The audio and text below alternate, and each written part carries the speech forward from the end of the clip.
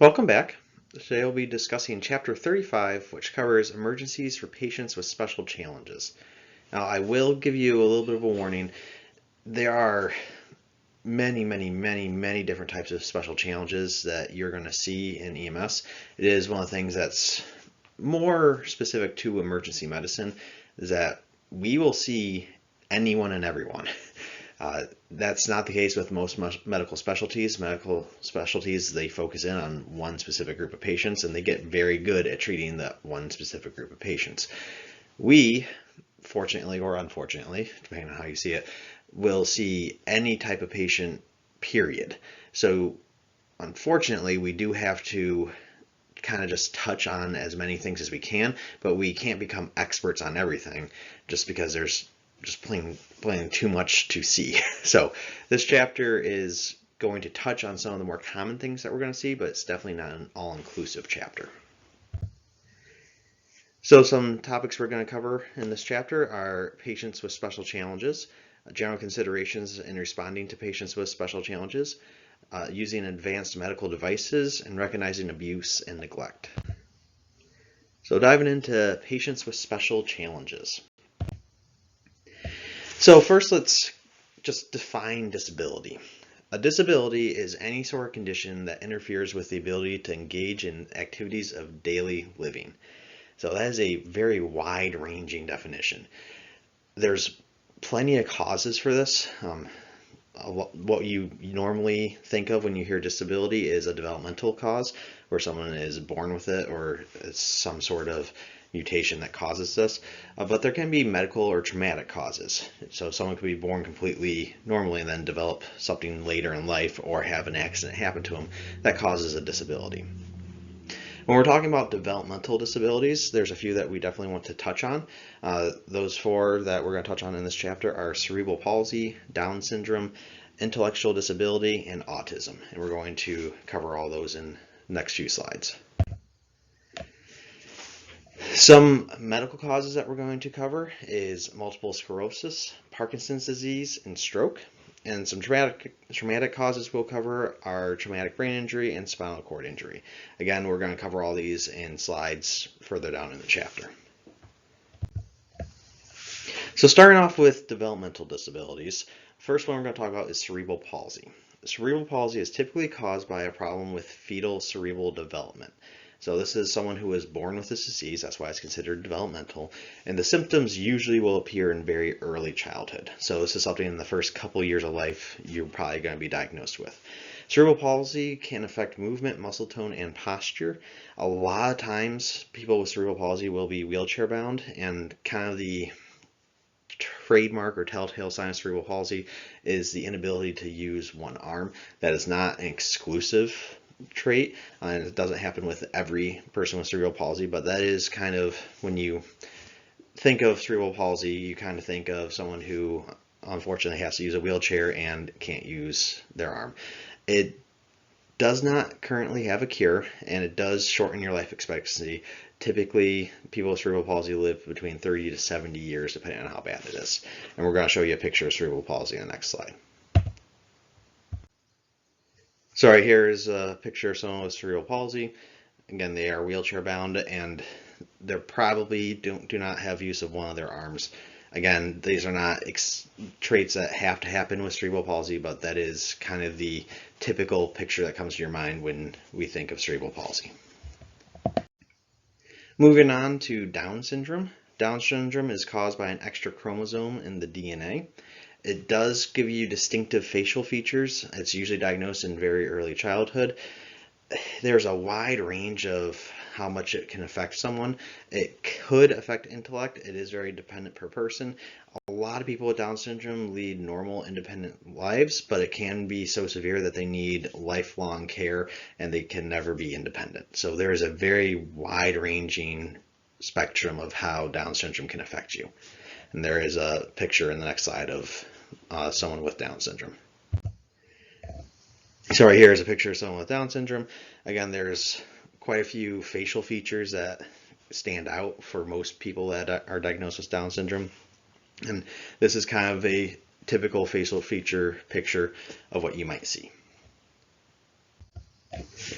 Moving on to intellectual disability. Intellectual disability was previously referred to as mental retardation.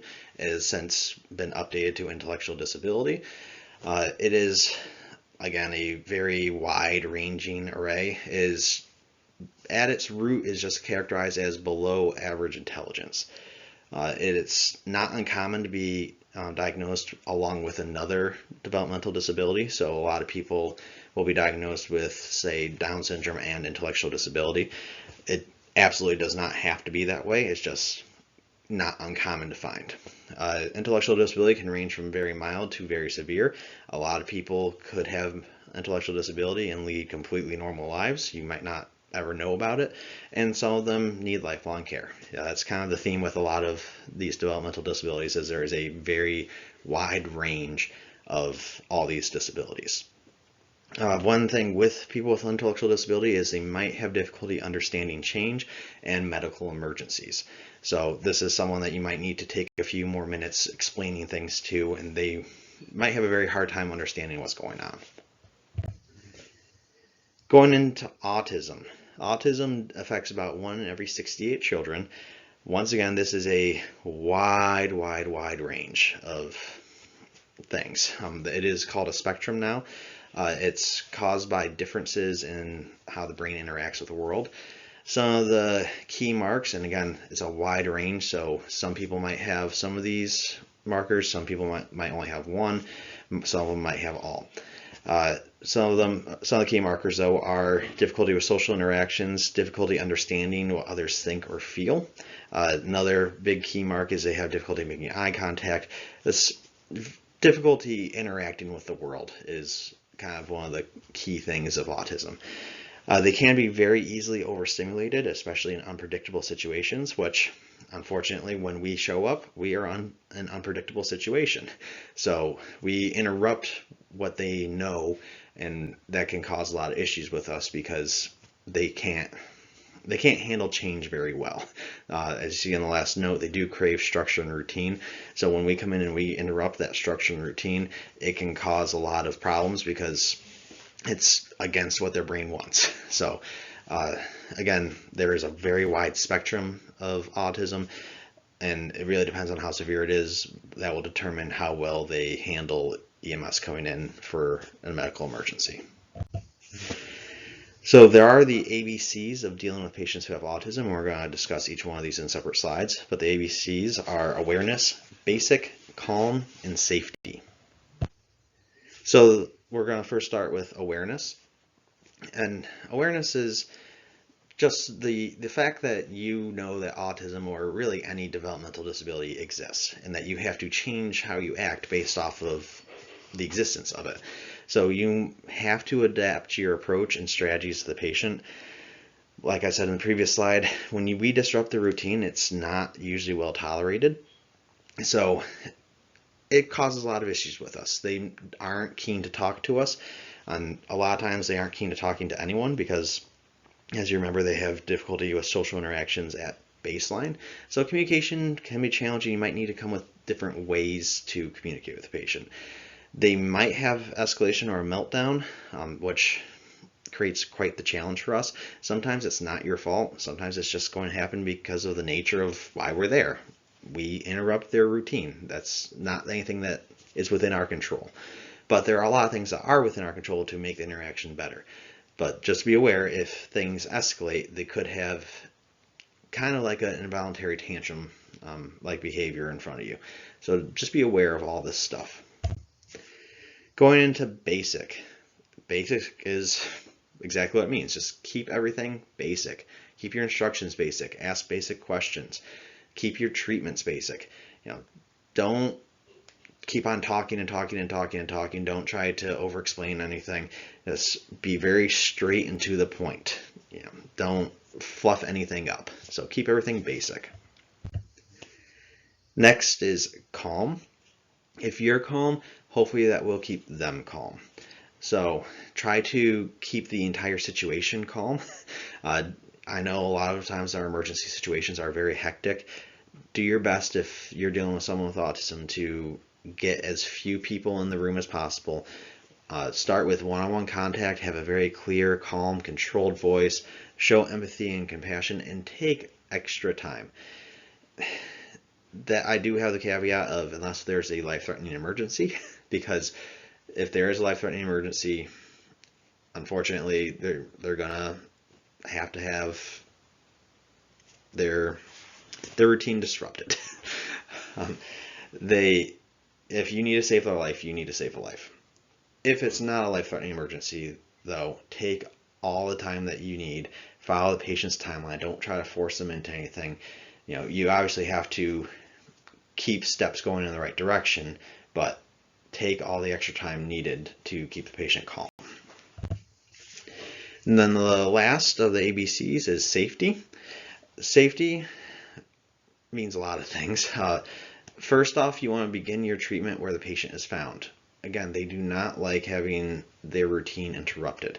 So if you're starting your interventions where they are comfortable with their environment, where they know where they are, that's a lot better than starting interventions in an unfamiliar place.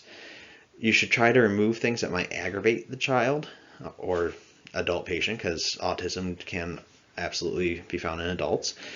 Do a head-to-toe survey, one step at a time, very, very slow, very methodically. Let them know what's going on.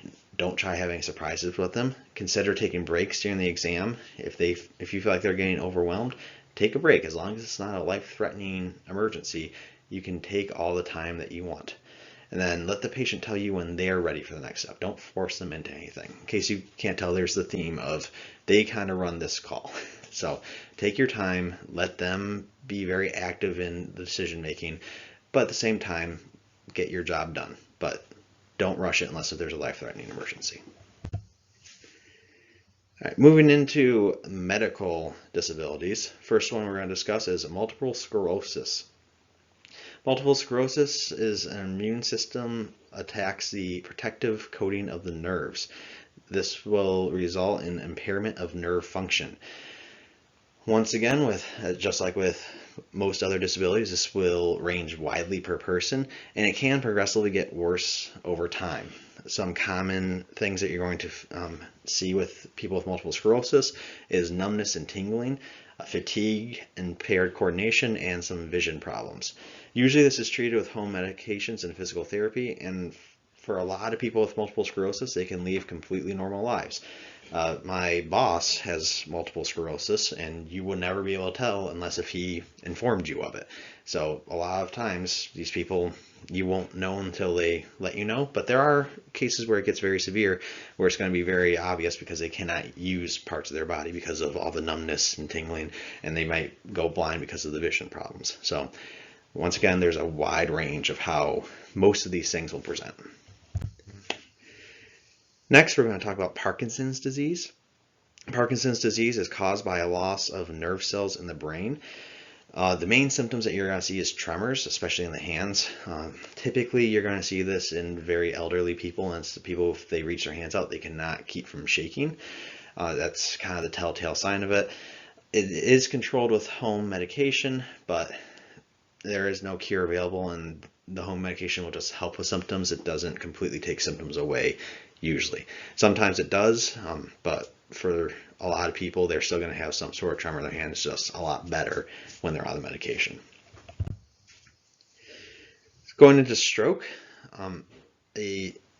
just letting you know that a history of stroke is a very big risk factor to have another stroke. So if a patient tells you that they've had a stroke before, they're having any type of stroke symptoms, even if it's the slightest symptom like dizziness, take it very seriously, as they might be having another stroke. So you need to do a very thorough physical exam on these patients. Anyone who has had a stroke in the past may have had residual deficits from the original stroke. So it's very appropriate to ask if they had a stroke in the past, do you have any deficits or issues because of that stroke? A lot of times there will be some, but there's a lot of patients who make full recoveries and have no issues after a stroke. It really depends on the person. Deficits can range from mild to severe. It's very heavily dependent on the patient and what type of previous stroke treatment they had. If they had their stroke in 1970, stroke treatment wasn't nearly as good as it is in 2024. So it really varies based off of patient to patient of what type of deficit they'll have and how serious that deficit is. All right, next we're going to jump into the traumatic disabilities. The first one we'll talk about is traumatic brain injuries. Obviously, this has to be caused by some sort of trauma, and trauma that happened to the brain. There are many different symptoms. Again, just like with most of these disabilities, it's a very wide-ranging thing. So most of the time, the symptoms are dependent on which area of the brain was affected by the injury. Most patients usually live very normal lives, and they may just have mood control problems. And sometimes those mood control problems are controlled with medication. So a lot of people with TBIs, you might not ever know that they've had one unless you knew them when they had the TBI occur. Physical therapy can minimize symptoms over time, especially if the TBI caused some sort of physical disability. Physical therapy will help greatly with that. A lot of people have to relearn how to walk, relearn how to use their arm, relearn how to do some things, but physical therapy is very wonderful in helping minimize those symptoms over time. Next, we'll talk about spinal injuries. Spinal traumatic injuries usually cause nerve damage. It's oftentimes permanent and irreversible. Usually, people with significant spinal injuries will have some sort of caregiver with them, and they are a very valuable resource of information for how to best move the patient and communicate with the patient. Just like when we were talking in the pediatric emergencies chapter, when you have someone who is a full-time caregiver of the patient, they are a very good source of information, especially when it comes to something that we don't see every day. All right, now that we've talked about all the disabilities out there, we have a few other special patient populations to talk about. First one is terminal illness. So terminal illness is defined as a progressive fatal disease. Some of the ones that we could see are end-stage cancer, heart failure, kidney failure, and ALS or Lou Gehrig's disease. People with terminal illnesses may depend on technology to sustain life or relieve pain. We're going to talk about some of those technologies a little bit later in the chapter. Most of them have advanced directives. A lot of them are in hospice care, and a lot of them have a very strong desire to die at home. So it is very important with anyone with a terminal illness to ask if they have an advanced directive, read it, and follow it. A New York State MOLST form that we talked about in Medical, Legal, Ethical will have several different options for types of care that they want. One of those options says do not send to hospital unless if pain or other severe symptoms cannot be controlled. So if they do not want to go to the hospital and they checked in their advanced directive to not go to the hospital, don't take them to the hospital unless if you feel like they are suffering from being at home. Again, most of them have a very strong desire to die at home. Please try everything you can to honor that desire if they've made that known. Some of them do have special emotional needs. A lot of them have gone through the hospice process and have had help dealing with some of these emotional needs, but be very empathetic towards patients with terminal illness. It's not a position anyone really wants to be in. Next, we're going to talk about obesity. Anyone who is obese has a significant increase of risk of multiple diseases. So most people who are obese have a lot of medical problems. So they're people that we run into a lot because they run into a lot of problems. It is a very significant and growing problem in the United States, no pun intended. And you do have some special measures to care for these obese patients. Sometimes you're going to need to get bigger stretchers or bigger equipment to move them. There are specific stretchers made for obese people. They're called bariatric stretchers, and you might need to have other bariatric equipment to move the patients. Also, make sure you're taking care of yourself. Don't try to lift more than you can. If you have a patient who is 500, 600, 700 pounds, you're going to need more help than just you and your partner to lift and move this patient. So call for additional resources. That's why that's in the top of your practical sheets. It's, I think, step number 3 or 4 to call for additional resources. This can be a cause for needing call for additional resources, is to safely move patients. Another thing that we run into quite a bit, especially depending on the service area that you're going to be in, is homelessness and poverty. Homelessness and poverty does cause serious health problems, and some reason behind that is because typically people who are homeless or who are impoverished don't have routine preventative health care. They don't go and see doctors. So the routine things that we will take care of very easily, if you have the money to do so, are not treated. And then they become into much bigger problems. They typically might have higher incidence of mental health problems. A lot of them have malnutrition because they can't find good meals. Some of them have substance abuse problems, which will cause either drug overdoses or withdrawal symptoms, or cause them to have a bloodborne disease. Some of them have HIV and AIDS. Again, could be related to substance abuse problems. Tuberculosis, which is largely eradicated in most of the population, unfortunately does run through homelessness and poverty stricken people. So keep in mind that tuberculosis could be something that you see. And pneumonia is another one. If you don't have a warm place to stay overnight, then pneumonia is much more easy to develop in the homeless population. So, like I said, depending on your service area, you may run into a lot of calls for homeless and impoverished people. They do tend to call EMS for non-emergent issues. These are some of the most frequent flyers that we see. They will call 911 just to go to the hospital to have a sandwich because they're hungry or to have a warm place to be. They will call you 3, 4, 5 times a day. I've personally experienced that, to go to the same person 4 times in one shift. So it's something that is a reality of the job. A lot of times they might need social work consults. They may call for complaints that they do not actually have because they know how the system works. They know if they call and say that they have chest pain, that they're going to get an ambulance quicker than if they say that they have toe pain.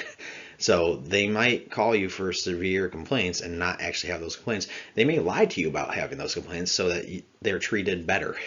They might not have the chest pain, but they're going to report having chest pain just because they know that means they're going to not go to the waiting room. They're going to get probably ALS level care. So it's something that you have to keep in the back of your mind. Never assume that a patient's lying to you. If they report a complaint that you can't prove if they have or not, then you have to treat them just like they have the complaint. And overall, remember to treat these patients with respect.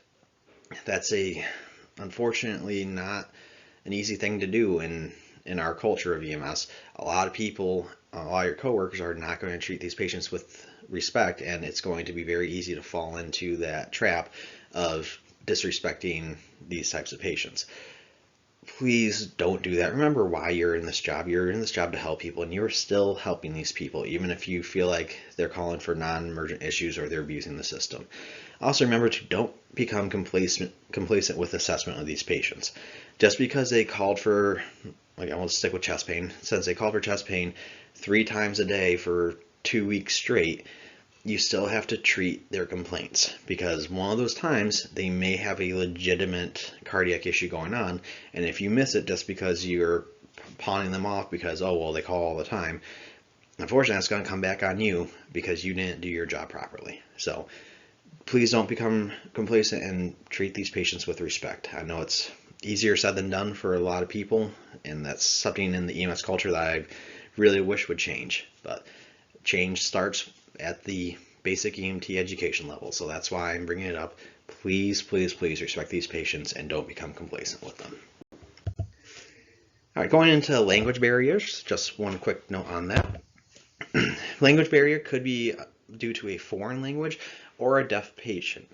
There are fortunately many, many, many resources available nowadays. It's a lot easier now that we have smartphones that we can get through a lot of language barriers to at least get minimal communication started. So some resources you have available is sometimes you'll have family on scene who can translate. That's the case in a lot of families. You'll have, especially if it's an immigrant family or a refugee family, a lot of times the kids who are going to school have learned the English language pretty well, and they can translate for the parents. Another thing, especially if you have like a deaf patient, is you can write questions down. You can use Google Translate. That's a wonderful resource. And use simple signing communication. So something that would be very easy to understand, such as pointing to the ambulance, saying, let's go to the ambulance, and pointing there. Typically that's well understood. Please don't raise your voice to attempt to have them understand, especially if they have a foreign language.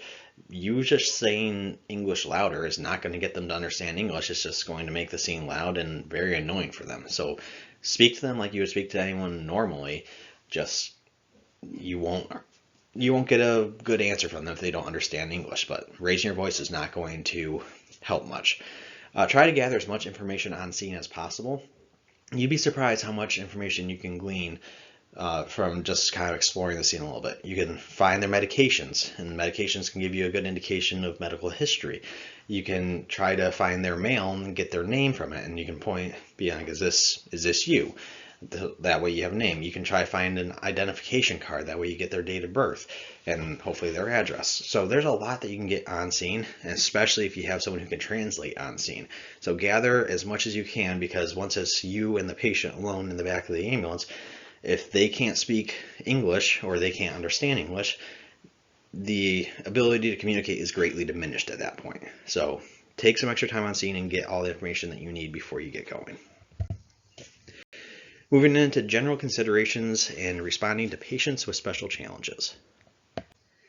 So medical advances have allowed it to make it so a lot more people can stay at home instead of being in facilities. So they're going to have a lot of very advanced medical devices in the home that we're not used to seeing. This is where this class is really focused on, is how to deal with these special situations that you're going to run into. And like I said at the start of the class, I can't cover every single thing you're going to see, so we're going to cover some of the broader principles. So just keep that in mind. You're going to run into a lot of advanced medical devices, some of which you might not know how to operate. One of the things that we're called for, though, is when some of these medical devices malfunction or there's a problem. So that's where you have to make the decision. Are you able to help this person, or do they need to go to the hospital? And we're going to go over some of those guidelines in a few of the slides. Keep in mind, once again, caregivers are a very valuable resource. They're probably going to be either them or the patient will be an expert in how to operate some of these devices. Typically, if you're called for a malfunction of a device, it's because the device is new to someone, or because there is something very, very, very wrong with the device, and you're just going to have to go to the hospital and they're going to have to figure it out there. Going on about the caregivers, like I said, they are usually very knowledgeable. So you can ask them, has this problem occurred before? What fixed it when it occurred before? Have you been taught how to fix this problem? Have you tried to fix this problem? What happened when you did? If you can't get to the bottom of the cause with those questions and you have to transport the patient, ask them, how do you normally move the patient? A lot of these patients are very well connected to these machines and they aren't easily moved, but the caregiver is going to know all the steps required to move the patient safely. A knowledgeable patient may be of help regarding the condition that they have, the need for the device, and how to operate the device. A lot of this depends greatly on the patient's mental status and their baseline level of functioning. If they are on some sort of advanced medical device, there's a good chance that they are not completely intact mentally. That's not always the case at all, but that's why there's knowledgeable caregivers when they can't have the mental capacity to use these devices. So it's just keep it in mind that both the patient and a caregiver, if one is present, can be very great wealths of knowledge for you to figure out what's going on with this device and how to treat the patient properly.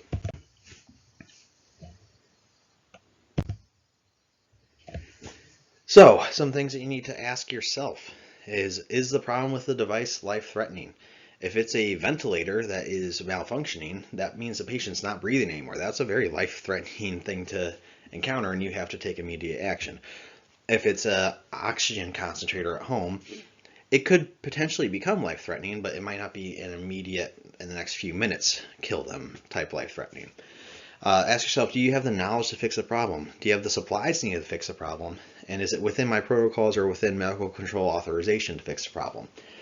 If the answer is no to any of those questions, then your end-all be-all goal is to transport the patient to the hospital. If you can answer yes to all these, you might be able to get away with trying to fix the problem then.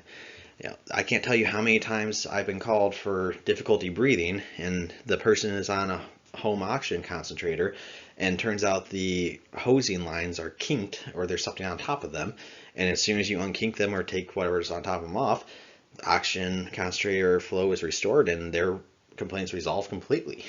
So then you have to ask yourself, if you've completely fixed the problem, does this patient need to go to the hospital? There's also been other times when I've been called for oxygen concentrator failures, and it's because the filters have been very, very clogged. So a little bit of diagnosis and a little bit of fixing, and you can fix the oxygen concentrator, and the patient goes back to being completely normal. So this is a judgment call. It comes with experience. It comes with your knowledge, especially if you have some knowledge outside of the basic EMT class. If you have knowledge in oxygen concentrators, you can use it to help the patient. Remember, your number one goal is to be a good patient advocate. And sometimes if you can fix a problem at home, then bringing them to the hospital where they don't have all their home equipment and where they can be exposed to diseases might not be the most appropriate course of action. I know we legally are required to recommend transport to the hospital for every patient we encounter, but most of these patients don't want to go to the hospital if you can fix the problem at home. So again, this is kind of just a broad view of a lot of things at once, but these are some of the baseline questions to ask yourself. Going into advanced medical devices. So some of the advanced medical devices we see, we're going to talk about now. One of the first ones we're going to talk about are CPAP devices. CPAP should not be unfamiliar to you at this point because we talked about it with airway. CPAP is something that we are allowed to use in the field. So CPAP, as a reminder, is a form of non-invasive positive pressure ventilation. It prevents your alveoli from collapsing. The big difference is the ones that we use in the field, the huge mask with the hood, look a lot different than the ones that are used at home. A lot of times CPAP devices at home are worn for people that have sleep apnea to help keep positive pressure inside their lungs while they're sleeping. It's just a little thing that goes over their nose. So keep that in mind. It might not look like the ones that you're used to using in the field, but they're still considered CPAP devices. So right here is a picture of an at-home CPAP. Again, this looks a whole lot different than the ones that we use in the field. Something else you might encounter are tracheostomy tubes. For me personally, this is one of the harder things that I encounter to treat. I never have a fun time treating tracheostomy tubes. But a tracheostomy tube is a surgical opening through the neck, oftentimes called a stoma, and it goes into the trachea where a breathing tube is placed. If the patient is not breathing, a BVM mask or BVM does fit on the end of that tube. A lot of times what you're going to encounter are mucus buildups inside of the tube that might require suctioning. Once again, at the EMT basic level, you're only able to suction as far as you can see. So you're not able to deep suction these patients, which is putting a suction catheter all the way through the trachea down into the lungs and suck the mucus out. That is something that ALS can do, but at the basic level, you are only able to suction the area that you can see. So keep that in mind, ALS might need to be called for this. The patient may or may not be able to speak. They also may have a device to help them speak. So just keep that in mind, that these people might not be able to communicate with you, but they can hear everything you're saying. So they can give you yes or no answers with their head, or they can write things down, or whatever form of communication that they figured out in their life that works the best. Just keep that in mind. As far as basic EMT assessment and transport goes, check the tube. If it is clogged, again, you can suction the area that you can see, but no further. You might need to ventilate these patients with a BVM if they're having extraordinary respiratory distress or if they're apneic. And during transport, make sure you elevate the patient's head to allow for drainage of any fluid. So a lot of patients are now on home ventilators. Home ventilators, it really depends on the manufacturer. They can either be several pounds to over 20 or 30 pounds. They can be very small to very bulky. It's attached to a ventilator circuit that enters the trachea. The patient could lead an active life, or they could be bedridden. It really depends on the patient, depends on the situation. We run into the same type of issues as we do with tracheostomy tubes. You have mucus plugs and secretions from the device. These devices are tailored specifically for the patient. For the most part, if you have someone who is knowledgeable in operating the device, like a caregiver, take the caregiver with you to the hospital in the back of the ambulance, and they can monitor the device, because if the patient can stay on their tailored settings, that's a lot better than BVM ventilations. But if everything's failing or you don't know how to operate the device or anything like that, you can always go back to BVM ventilations. Just know that the home ventilators are tailored for the patient, so if they're able to be used, then keep using them, especially if you have someone knowledgeable in the ventilator to either go with you or train you in how to use it before you start transport. So some cardiac devices that we run into are implanted pacemakers and cardiac defibrillators. Those are two of the most common ones. We'll discuss a few other ones later on. So a pacemaker is a small device that's implanted under the skin, and wires are implanted into the heart. Older ones, you're going to actually see it under the skin, usually on the left shoulder area. The newer ones are much smaller, so it's a little bit harder to detect. The old ones were a big, bulky box that's very easy to see that there's something under the skin there. Newer ones are much, much smaller. They are designed to prevent the heart rate from becoming too slow. If the heart rate does go too slow, then it starts to deliver small impulses of electricity, taking over the job of the SA node. So it becomes the pacemaker of the heart. That's why they're called pacemakers. A lot of them, especially the modern ones, have defibrillators built into them so that they can monitor the patient's heart rhythm, and the defibrillator can go off if they sense ventricular tachycardia or ventricular fibrillation. So it's usually a very immediate defibrillation that happens, and patients will feel it. You can be called just for defibrillation that they felt happen. So going on with the defibrillator, some people can have just standalone automatic implanted cardiac defibrillators. And like I said, these detect either ventricular fibrillation or ventricular tachycardia and will deliver the shock. It cannot be felt by you as a caregiver. It's all internal. So those rules of don't touch the patient when they're being shocked, when we're doing it, doesn't apply when it's an internal implanted defibrillator. So don't be scared to touch these patients. But there are several instances when you're called because the defibrillator has gone off for a patient. There's one patient I had where during my time with them, their internal defibrillator went off 13 separate times because they kept on going into VTAC. So this could be a one and done event, or it could be they received multiple shocks. So it really ranges depending on what's going on with the patient. Next cardiac device we're going to talk about is called an LVAD. LVAD stands for left ventricular assist device. These are patients that really their heart is in pretty complete failure, and they're typically on the heart transplant list. The LVAD serves as a bridge while they are on that list waiting for a new heart. So it's an artificial pump that moves blood from the left ventricle through an inserted tube to a pump implanted in the abdomen. So it takes over the job of the left ventricle of getting blood out to the body. Some issues that you run into with LVAD devices are infection, air leakage, and the most common that I've personally been to is battery failure. So in terms of your assessment and transport, if it's a battery failure, try to plug it into a wall. Typically they will have their plugs with them, but there have been cases where I've been called for LVAD patients that are on vacation and forgot their charger for some reason. If there's a pump failure, there's sometimes a hand or foot pump that you can use to manually pump. That's device specific, and hopefully the patient will be able to help you or help talk you through how to use that. The battery should be secured to the patient so it does not pull tubing. You don't want to accidentally lose that battery power. As with most patients in the special patient challenges section, patient is a great source of information on the device.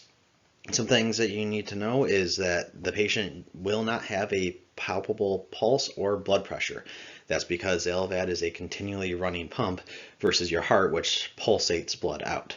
So you need to look for other signs of proper perfusion to make sure that the device is working properly. So look for your skin color, temperature, condition, look for your capillary refill, look for your mental status. One thing about this is not every hospital is equipped to handle an LVAD patient. So you need to transport to a facility capable of treating the patient and charging the batteries. Otherwise, the batteries run out and the hospital can't do anything about it and the patient's going to die. So contact medical control very early on for a transport destination. Medical control, one of their jobs is to know the capabilities of all the hospitals, and they can direct you to the proper hospital for that care. Sometimes that hospital might be well outside of your normal transport area.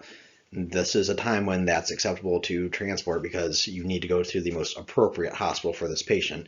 Because, like I said, if they're in a hospital that can't charge their batteries, the batteries go out, they could very easily die. Right here is a picture of a person that is wearing an LVAD device. This is what a lot of them look like, but again, it varies based on manufacturer. All right, going into GI and GU devices. One of the most common that we run into are feeding tubes. There's two main types of feeding tubes. There's a nasal gastric tube, which is called an NG tube, that is placed through the nose and goes into the stomach, and you're able to pump nutrients directly in the stomach that way. That's a short-term solution. More commonly, we see what are called gastrostomy tubes or G tubes. That goes through the abdominal wall into the stomach and is meant for a longer-term nutrient delivery. Usually, if you have a G tube, a lot of these people are going to have it for the rest of their life. We are called for problems of G tubes. Most commonly that I've found is dislodgement. Then second most commonly are infections or clogs of the tube. Unfortunately, there's not much that we can do. A lot of times we're called because they want, if it's dislodged, they want to put it back in. That's beyond the scope of practice of EMS, so we just have to transport them to the hospital to have that reinserted.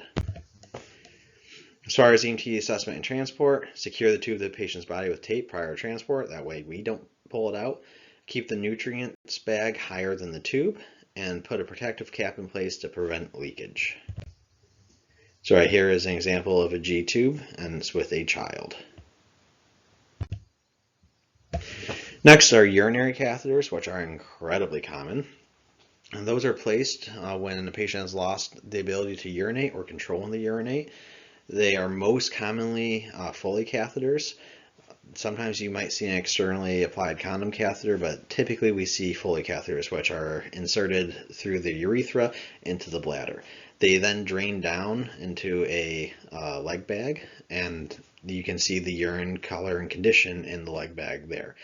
Problem that we see include infections, blockages, urine discoloration, and dislodgement of the tube. Once again, there's not really much that we can do for urinary catheter problems except transport the patient for the fix to happen at the hospital.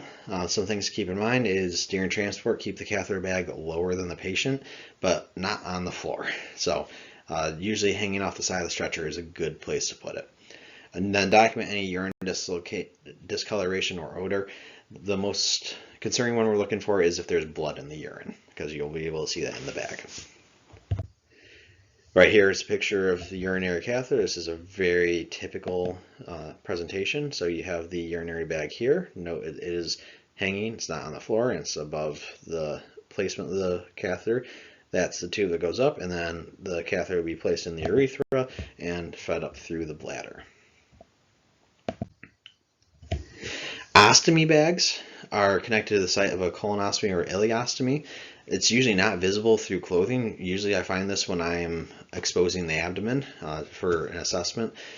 So most of these people live very normal lives and you might not even know that they have one.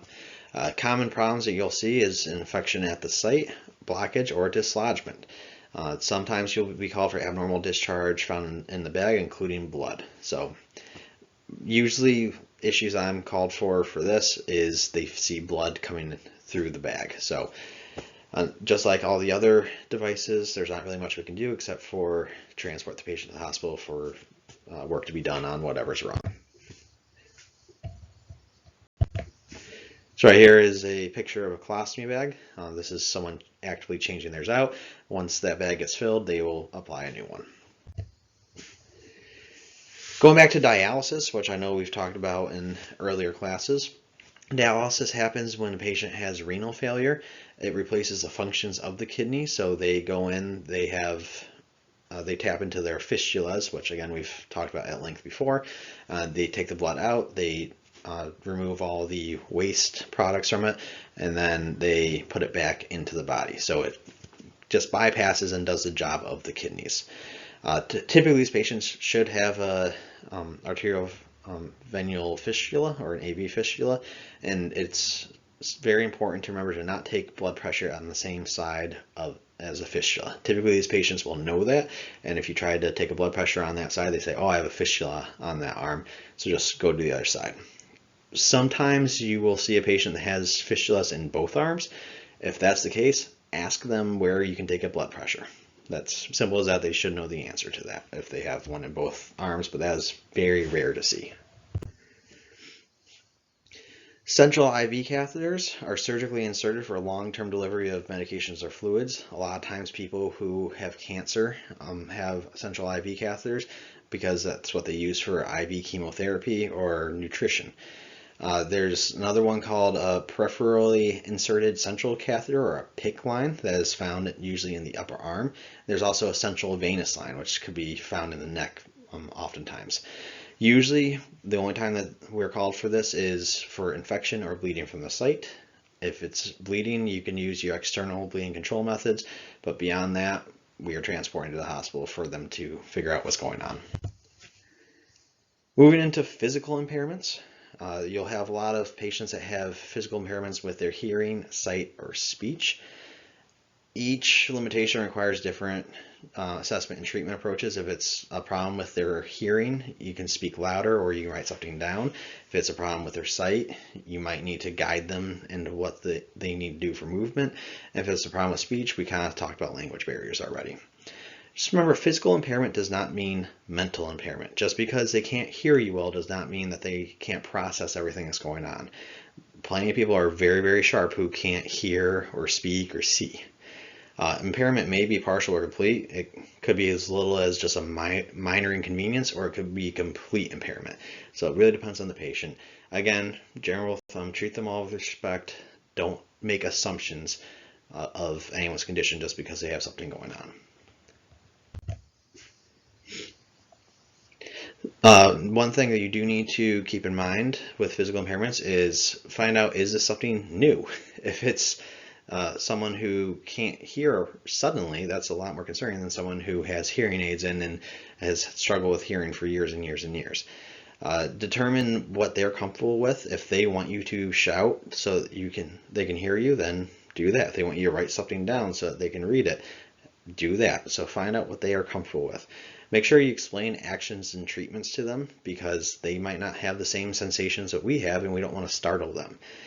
When you're transporting the patient, bring all aids that the patient needs to the hospital. I know it's sometimes inconvenient to go into their bedroom and try to find their glasses, but that 10 seconds it takes you to do that will cause them to have a much better 10 hours in the hospital. Same with like hearing aids. I know it's annoying, or even dentures. It's annoying to have to find all these things and bring them with you to the hospital, but it makes both the patient's time and the hospital staff's time a lot better for the hours and hours and hours, and even days that they might be there without the devices. Right, moving on into abuse and neglect. So patients with special challenges are a very vulnerable population. So just like with all the other vulnerable populations that we've talked about, they are unfortunately big targets of abuse and neglect. This is because they depend on others. They oftentimes have a harder time explaining when they are abused, whether or not they process that they're abused, or because it's just hard for them to communicate with others that they were abused. So it makes them very easy targets, because people think, oh, well, they won't even be able to comprehend what I'm doing to them. So that makes it very hard for us to pick up on the abuse. So you have to be very cognizant and vigilant of anything that you see. Just like with other forms of abuse that we've talked about already, things that you need to look for are stories that are inconsistent with injuries, multiple injuries in various stages of healing. So again, like bruises that one is almost healed, the other one's in the middle of healing, the other one looks very fresh, all in the same area. Repeated injuries, and caregivers not really caring about what's going on to the patient. So caregivers' indifference to the patient. Again, this is all stuff that we look for with like child abuse or any other abuse of the vulnerable patient populations that we've talked about. Try not to make accusations. Do the best to get the patient out of the environment, and then report the suspicions to the required jurisdictions that you need to. So whether that be police, hospital staff, child protective services, adult protective services, whatever is appropriate for that situation. Don't make the accusations in front of the potential abuser. Just get them to the hospital, get them away from the situation, and report your findings. Going into the chapter review. So patients with special challenges include those who are homeless or living in poverty, are very obese, have sensory impairments, are terminally ill, have some developmental disorders, and or are technology dependent. It is critical for EMTs to treat patients with special challenges with empathy and respect. The homeless, poor, and obese are at increased risk for health problems. Remember, assistive equipment and special accommodations allow many with special challenges to live normal lives. Remember to be aware of overstimulating a patient with an autism spectrum disorder. Remember, caregivers and patients can provide valuable information on special health challenges and advanced medical devices. Remember, a chronic disease or medical condition may present as a primary problem or may complicate another illness or injury. You're called to transport a ventilator patient. As you begin your survey, the ventilator stops functioning. What steps should you take to care for this patient? What transport considerations do you have? So as we've discussed in the class, if you have a caregiver with you or someone knowledgeable in the ventilator, you can elicit their help to see if this is a common problem that happens, if there's an easy fix. Otherwise, you need to be prepared to take over from the ventilator and do BVM ventilations instead. So this is a very case-dependent question. So that brings us to the end of this chapter. Like I said at the start, there's just so many situations you can run into. It's one of the special things about being an EMT is we have to cover any type of patient, period.